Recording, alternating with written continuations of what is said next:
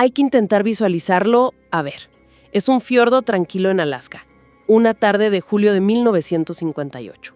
¿Sí? Y de la nada, una pared de agua de más de 500 metros de altura, o sea, el equivalente a un rascacielos de 170 pisos, explota desde la cabecera de la bahía y lo arrasa absolutamente todo. Es una imagen brutal. Y no es el guión de una película de desastres. Es el megatsunami más alto del que la humanidad tiene registro. Y esa imagen, por increíble que parezca, es el punto de partida perfecto. Porque cuando decimos megatsunami, la intuición nos dice que es solo un tsunami normal, pero más grande. Claro. Sin embargo, la realidad, como muestran las fuentes que tenemos, es mucho más compleja y fascinante. La diferencia fundamental no está en el tamaño, sino en el origen. Exactamente. El motor que los impulsa es completamente diferente. Y por eso, hoy vamos a hacer un análisis a fondo de este fenómeno. Ajá. Tenemos sobre la mesa una colección de artículos científicos, varias entradas enciclopédicas y, lo que me parece más interesante, un catálogo mundial de megatsunamis recién publicado. El primero de su tipo.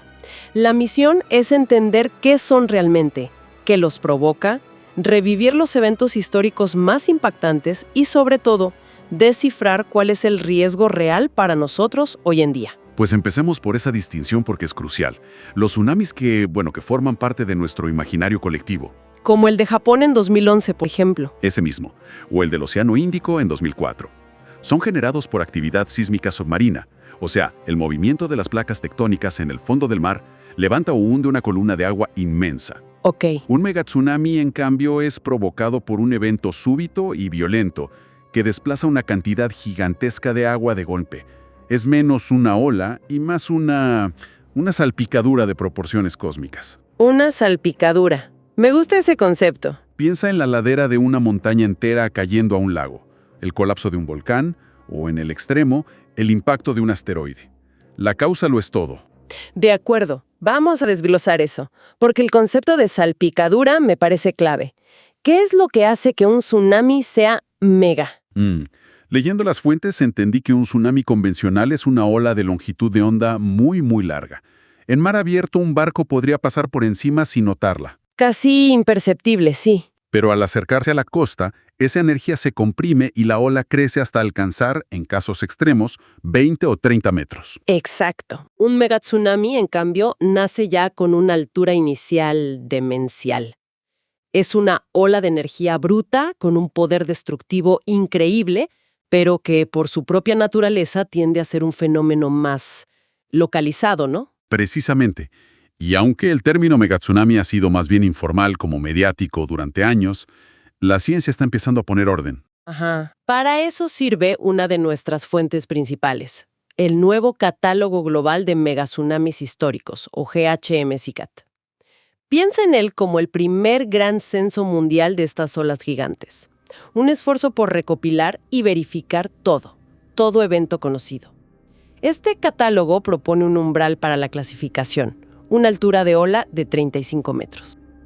Otras emisiones son más exigentes y hablan de más de 100 metros, pero, como decíamos, más allá de la altura, el rasgo distintivo es siempre la causa, un desplazamiento masivo y violento. Volvamos a ese ejemplo de Alaska para ilustrarlo porque la historia de los testigos que leí en las fuentes me pareció, increíble. Bahía Lituya, 9 de julio de 1958. Sí. Un terremoto de magnitud 7.8 sacude la falla de Fairweather. Esto provoca que entre 30 y 40 millones de metros cúbicos de roca y hielo se desprendan de un glaciar. Y caigan en picado al fiordo. En la bahía había 3 barcos. La historia de los Swanson, en su barco el Badger, es de no creer. Fueron levantados por la ola, pasaron por encima de la copa de los árboles. Por encima de los árboles. A más de 30 metros de altura, y su barco se hundió al otro lado. Milagrosamente, lograron llegar a la orilla en un bote. Increíble. Pero luego está Howard Ulrich y su hijo de 7 años. Vieron venir esa pared de agua, y Ulrich tuvo el instinto de apuntar la proa de su barco, el Erie, directamente hacia la ola para intentar cabalgarla. Es una locura. ¿Cómo es eso siquiera posible? Es un testimonio de un instinto de supervivencia que desafía toda lógica. Totalmente. Físicamente, al enfrentarla de frente, evitó que la ola lo volcara y lo arrastrara. Y lo lograron. Sobrevivieron. ¡Qué historia! Trágicamente, las 2 personas a bordo del tercer barco, el Sunmore, desaparecieron. Pero lo que es fascinante aquí es el mecanismo que los científicos descubrieron años después. ¿Qué pasó realmente? Los análisis que citan nuestras fuentes sugieren que no fue solo un deslizamiento simple. La hipótesis más aceptada es la de un doble deslizamiento. ¿Doble? Sí. La caída inicial de rocas desde lo alto de la montaña fue masiva, claro. Pero al golpear el glaciar que había debajo, desestabilizó su frente y provocó la liberación casi instantánea de un volumen mucho mayor de sedimentos que estaban atrapados bajo el hielo. Ah, o sea que fue una reacción en cadena, una catástrofe que desencadenó otra aún mayor. Exacto. Fue esa segunda inyección de material la que amplificó de forma exponencial el desplazamiento de agua. Y la geografía fue el ingrediente final. Claro, el fiordo. Lituya es un fiordo largo, estrecho y profundo. Esa forma de bañera contuvo toda la energía de la salpicadura y la forzó a ascender por la ladera opuesta hasta esa marca increíble de 524 metros. ¡Wow! Esto demuestra la naturaleza de estos eventos. Un poder casi inimaginable, pero concentrado en un área relativamente pequeña. La ola perdió casi toda su fuerza al llegar al mar abierto. Y Lituya, aunque sea el caso más extremo, no es un hecho aislado. Las fuentes nos muestran una historia de olas gigantes que es asombrosa y a veces causada por nosotros mismos. Definitivamente. Pienso en el desastre de la presa de Vajont, en Italia, en 1963. Este fue un megatsunami provocado por la actividad humana. Totalmente. Habían construido una de las presas más altas del mundo en un valle cuya geología era, al parecer, notoriamente inestable. Sí, los informes indican que había señales de advertencia por todas partes. La ladera del monte Toc se estaba moviendo. ¿Y nadie hizo nada? Finalmente, una noche de octubre, 270 millones de metros cúbicos de roca, el doble del volumen del Matterhorn, se deslizaron y cayeron en el embalse a más de 100 kilómetros por hora. ¡Qué barbaridad! El desplazamiento fue tan brutal que generó una ola de 250 metros de altura que saltó por encima de la presa, que increíblemente resistió y cayó sobre los pueblos del valle de abajo. ¿Y los borró del mapa? Longarone y otras localidades fueron aniquiladas. Murieron casi 2.000 personas en cuestión de minutos. ¿Es aterrador? Y si hablamos de detonantes naturales, la actividad volcánica es otro de los grandes protagonistas, ¿no? El caso del Krakatoa, en 1883, es el ejemplo clásico, ¿no? Y clásico, ¿sí? La erupción fue tan violenta que el volcán básicamente colapsó sobre sí mismo. Se autodestruyó. Exacto.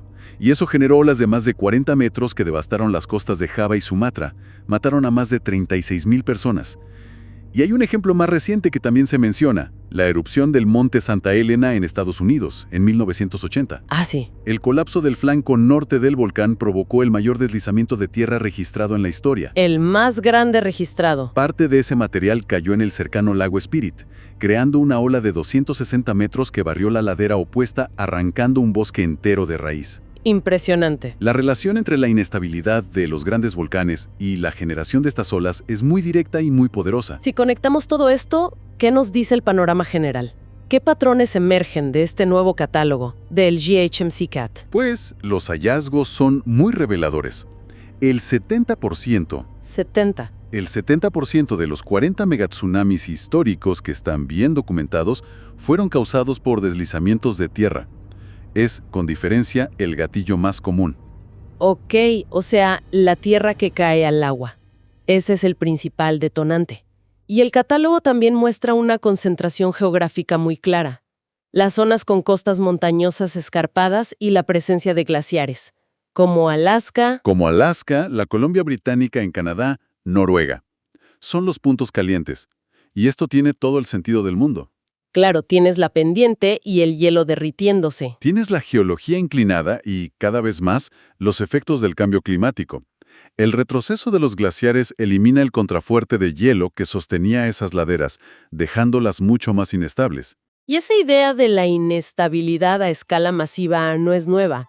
Las fuentes nos muestran que, si retrocedemos en el tiempo geológico, los eventos se vuelven de una escala casi inimaginable. Hablamos de otra liga, ¿sí? Por ejemplo, el impacto del asteroide de Chicxulub hace 66 millones de años. Ese evento no solo extinguió a los dinosaurios, sino que habría causado un megatsunami global. Absolutamente.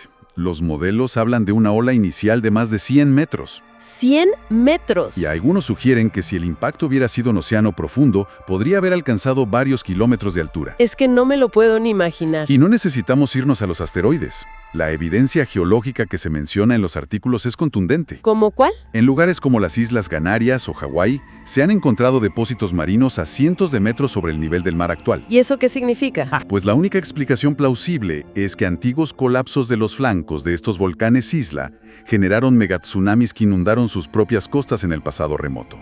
Todo esto nos lleva a la pregunta inevitable. Después de ver el pasado, ¿cuál es el riesgo hoy? Uno de los artículos que analizamos centra la atención en la costa oeste de Estados Unidos y Canadá. La falla de Cascadia. Exacto. Y cita un dato que me dejó pensando. Hay una probabilidad de alrededor del 15% de que ocurra un sismo de magnitud 8 o superior en esa zona en los próximos 50 años. Y aquí es donde los matices son importantes.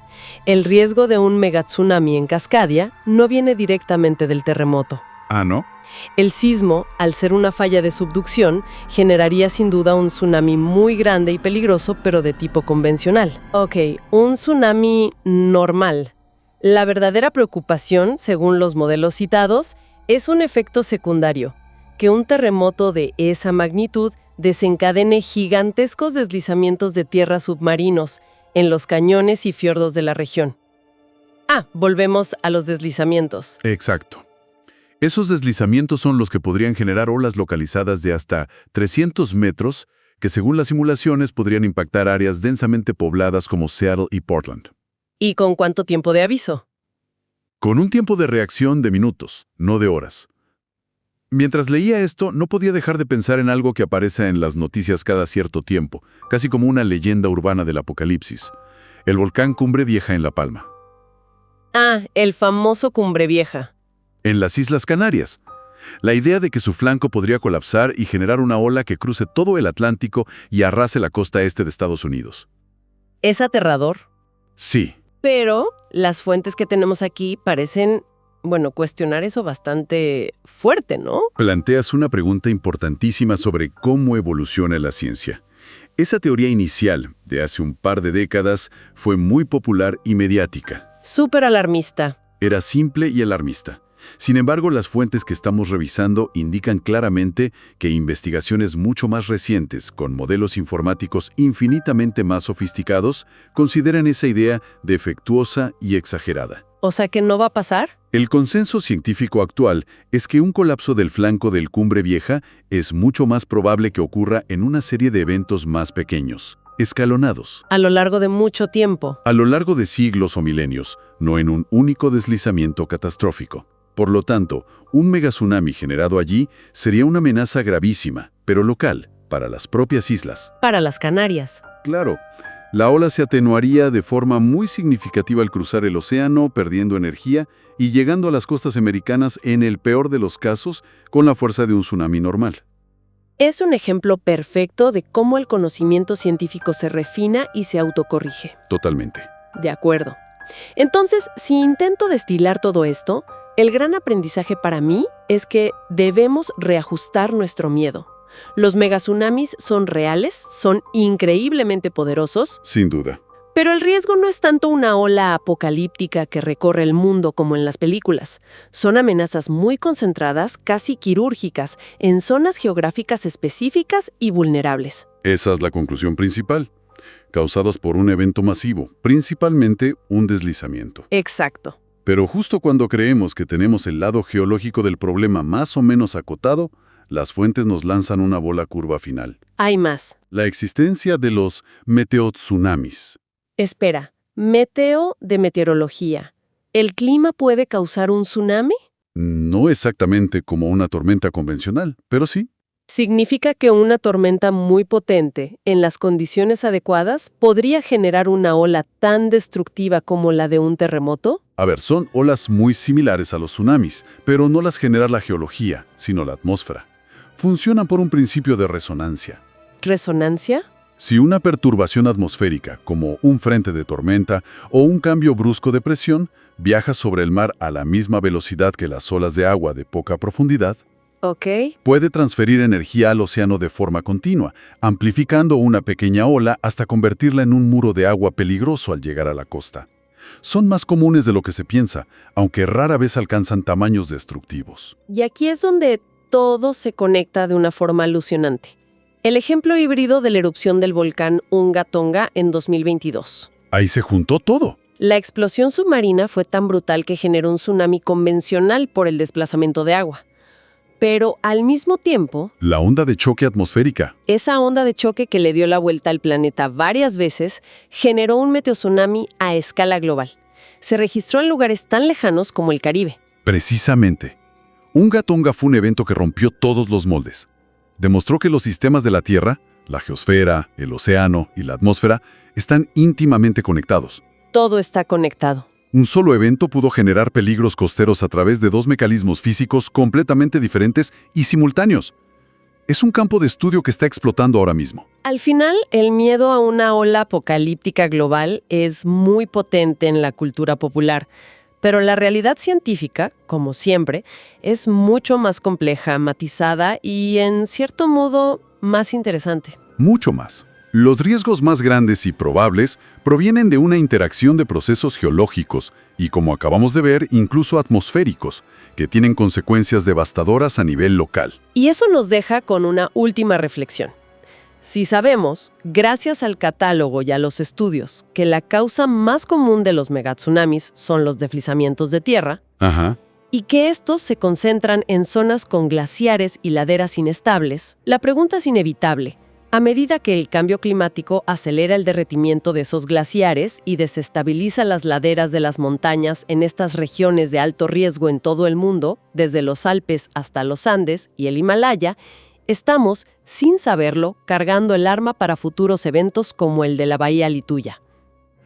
Estamos aumentando la probabilidad de que ocurran estos tsunamis por deslizamiento, catastróficos a nivel local, en más lugares del planeta.